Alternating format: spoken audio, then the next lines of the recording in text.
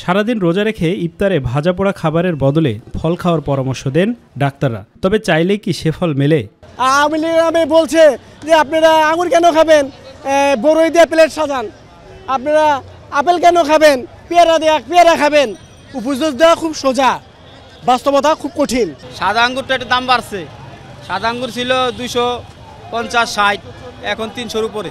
এ যেন স্বাদ আছে সাধ্য নেই। এমনিতেই নিত্য প্রয়োজনীয় পণ্যের দাম চড়া, তার মধ্যে মধ্যবিত্তের সংসারে ফল কেনা তো বিলাসিতা, আর নিম্নবিত্তরা তো ফল কেনার কথা কল্পনাও করেন না। 1 কেজি সবুজ আপেলের টাকা দিয়ে 21 কেজি আলু পাওয়া যায়। বাতে সে আলু খাওয়া ভালো। মার্কেট শর্ট থাকলে ওরা দাম বাড়ায় দেয়, আর মার্কেটে বেশি থাকলে দাম কমায় বেচে। তবে বাজারে যে দামে ফল বিক্রয় হয় তার পেছনে দায়ীরা আজও ধরাছোঁয়ার বাইরে। মাঝে মাঝে দু একটা অভিযান চোখে পড়লেও তার প্রভাব পড়ে না সামগ্রিক ফল বাজারে। আমরা যখন বাজারে আসি, আমরা দিনমজুর, আমাদের যে ইনকাম, ওই ইনকাম আমাদের আপেল, কমলা, আঙ্কুর এগুলো আমার খেতে ইচ্ছা হয়, কিন্তু বাট আমরা খাইতে পারতেছি না, আমাদের মনে অনেক কষ্ট। সারাদিন রোজা রেখে পুষ্টিগুণে ভরপুর ফল শারীরিক শক্তির পাশাপাশি মাল্টিভিটামিনের চাহিদা পূরণ করে। তবে দেশের বিশাল একটি জনগোষ্ঠী সেই জরুরি পুষ্টি থেকে বঞ্চিত হয়ে আছেন বছরের পর বছর। কখনো কখনো ফলের দাম এতটাই নিয়ন্ত্রণহীন হয়ে পড়ে যে ক্রেতাদেরকে খালি হাতেই ফল না কিনে বাড়ি ফিরতে হয়।